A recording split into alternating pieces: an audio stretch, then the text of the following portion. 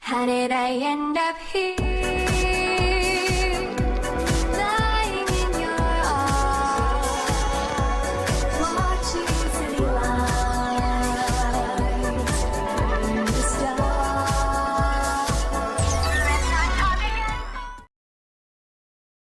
So if you weren't somehow aware, I'm a big fan of Xenoblade Chronicles 2.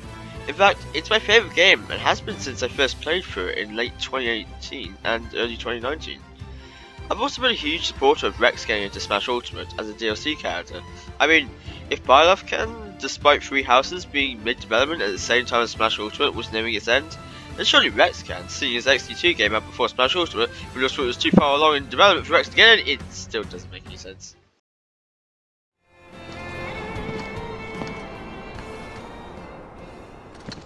This is where you were. Pyra! Sorry, Rex. I couldn't tell you. Because I got an invitation to join Smash!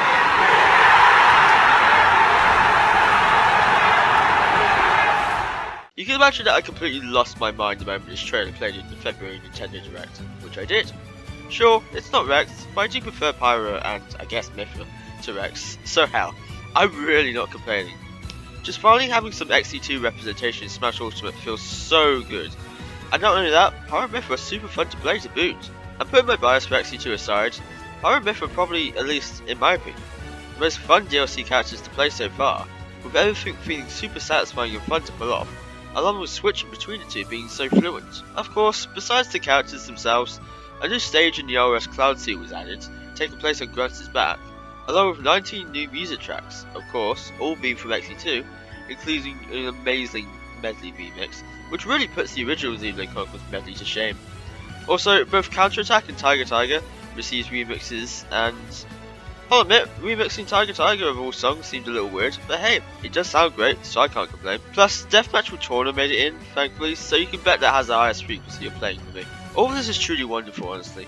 Ever since the start, well, ever since I first played XD2, I've been wanting proper representation for it in Smash that aren't music tracks that were strangely quieter than the rest of the game's music.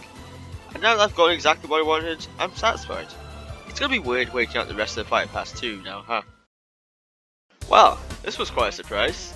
Amazingly, almost 10 years after the original Jetpack Joyride was released in September of 2011, Jetpack Joyride 2 got announced, and wow, that's kind of insane. If you're somehow not familiar with what Jetpack Joyride is, basically it's a side-scroller endless runner type game where you play as Barry Steakfries, great name by the way, using a jetpack to escape from some kind of lab where Dr. Brains is concocting his evil schemes. A simple premise, but sometimes that's all you need, especially when the gameplay really makes up for it, which is both fun and addicting, as you would expect an endless runner game to be. Being made by Half-Brick Studios again, Jetpack Joyride 2 is, essentially, Jetpack Joyride 1 again, but this time Barry now has a gun in his arsenal, and even better, he now has a little robot dog sidekick. How cute. Truth be told, I don't have a lot to say about this, but like with most people, I spent a considerable amount of time on this game back in the day, and to say that it was a fun little pastime would be quite the understatement. This is making me feel oddly nostalgic right now, this is great. So BlizzCon 2021 was a thing recently in the form of BlizzConline, which, I'll be fair, that's an amazing play on words, and yeah, it was a thing. I didn't watch it because most of Blizzard's stuff like World of Warcraft or Diablo don't appeal to me personally, but thankfully they uploaded the segment separately to YouTube, and my poor ability to segue aside for a second, this included their lengthy coverage of Overwatch 2. I really haven't spoken about Overwatch 2 in any meaningful capacity since its reveal, mostly because we really didn't know much about it, but now, however, we know quite a considerable amount about it. Low bar I know, considering we knew like nothing beforehand.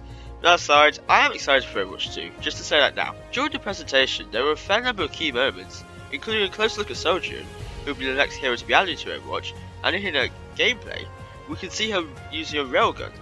Now, I don't know a lot about railguns, other than a certain scientific railgun, but I don't know a lot about that either, so where was I going with this? Anyway, she looks like a fun character to play from what I've seen so far. We also got a closer look at some of the redesigns for the legacy heroes, namely McCree, Reaper, Widowmaker and Pyra, as well as them. Although they were more in the background than front and centre, we also got a look at Soldier 76's redesign, Torbjorn's and Bastion's. Out of these, I'd say Widowmaker's is probably my favourite, but only because she's had the most changed about her compared to her original design. Though that's not to say the rest aren't good. Other than character redesigns, we also got a better look at the gameplay elements, such as the PvE game mode that Overwatch 2 is supposed to be focused more on, showing us things like maps having certain weather elements, as well as slight changes to already existing maps, plus 2 new maps in Rome and New York. These look great in my opinion. I'm really excited for the PvE element of Overwatch 2 because, if you didn't know, I much prefer PvE to PvP, as the latter can often be frustrating for me in a lot of games for various reasons. But yeah, Overwatch 2 is looking good so far. I'm pretty confident about it, but I'm also pretty confident the game won't release until like late 2022 or something like that because, well, you know, Overwatch 2 totally wasn't a panic announcement made to distract from the controversy Activision Blizzard was facing at the time, no siree. Keeping on the topic of Overwatch, it was announced recently that a new challenge event was being held in the form of the PachiMarchi challenge. This challenge focuses similar to past challenges, such as Hanzo's Kanazaka challenge earlier in the year, and Symmetra's Restoration challenge before that, where you can earn rewards for getting wins, such as various cosmetics and sprays, and upon getting 9 wins here, you'll get a skin for Roadhog. Plus, if you watch partnered streamers during the event period, you'll be rewarded with sprays depending on how many hours you watch, up to 8 hours. Personally, I'm not a huge fan of the skin itself, but having an event based around what is essentially the mascot for Overwatch, the PachiMarchis, is pretty cute in all honesty. It's always fun when Overwatch does challenges like this, as a way to make the wait between events that bit more bearable. Plus, it's also reassuring that the devs still care about the game by continuing to do these types of things, you know? Oh, also, the announcement trailer being reminiscent of a Japanese advertisement was pretty neat, I will admit.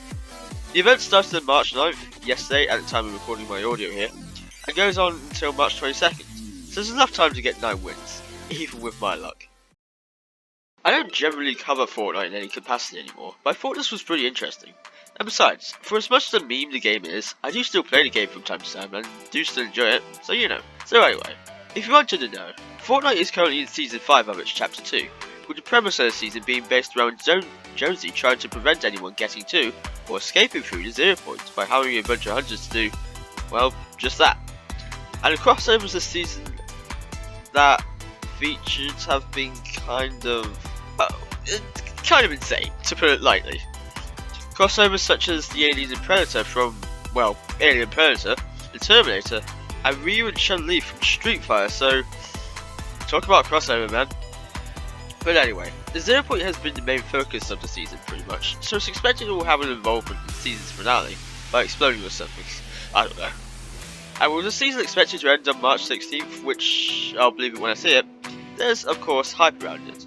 But, unlike other end of season events, this one's going to function a little differently. To put it simply, the Zero Crisis finale, as it's called, is a sort of solo experience, meaning you can witness the event take place whenever you log into Fortnite for the first time, meaning you don't have to be present at an allocated time like you would have had to be for previous events.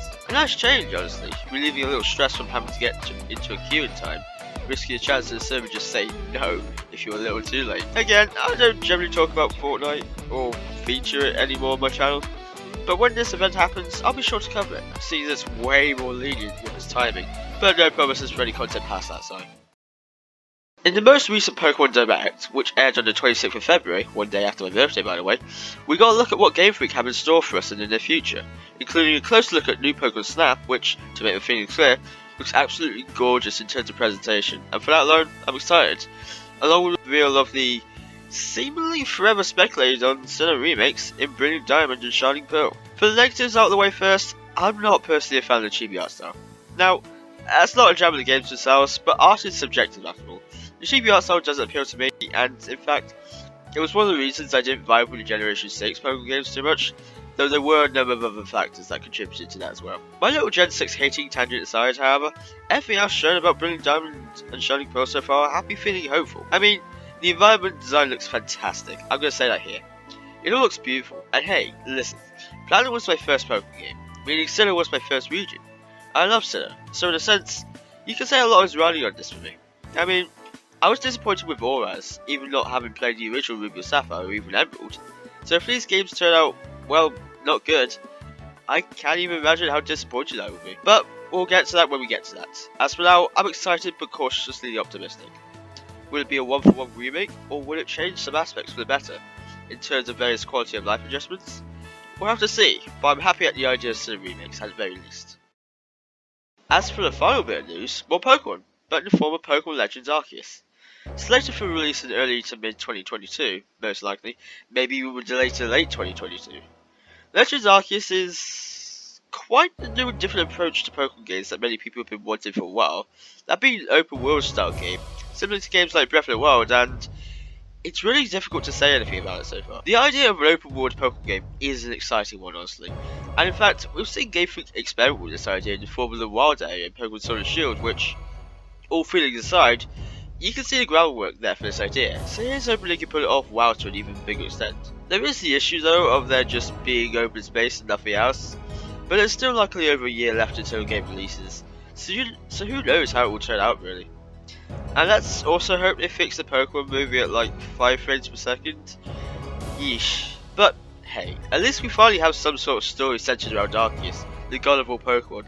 Quite an important figure in the lore, you could say. And seeing as Legends Arceus seemingly takes place hundreds of years before the events of Diamond and Pearl / Brilliant Diamond and Shining Pearl, it should be pretty intriguing story-wise, should they choose to decide to expand on various elements that make up the lore in the region. Hey, thanks for watching until the end.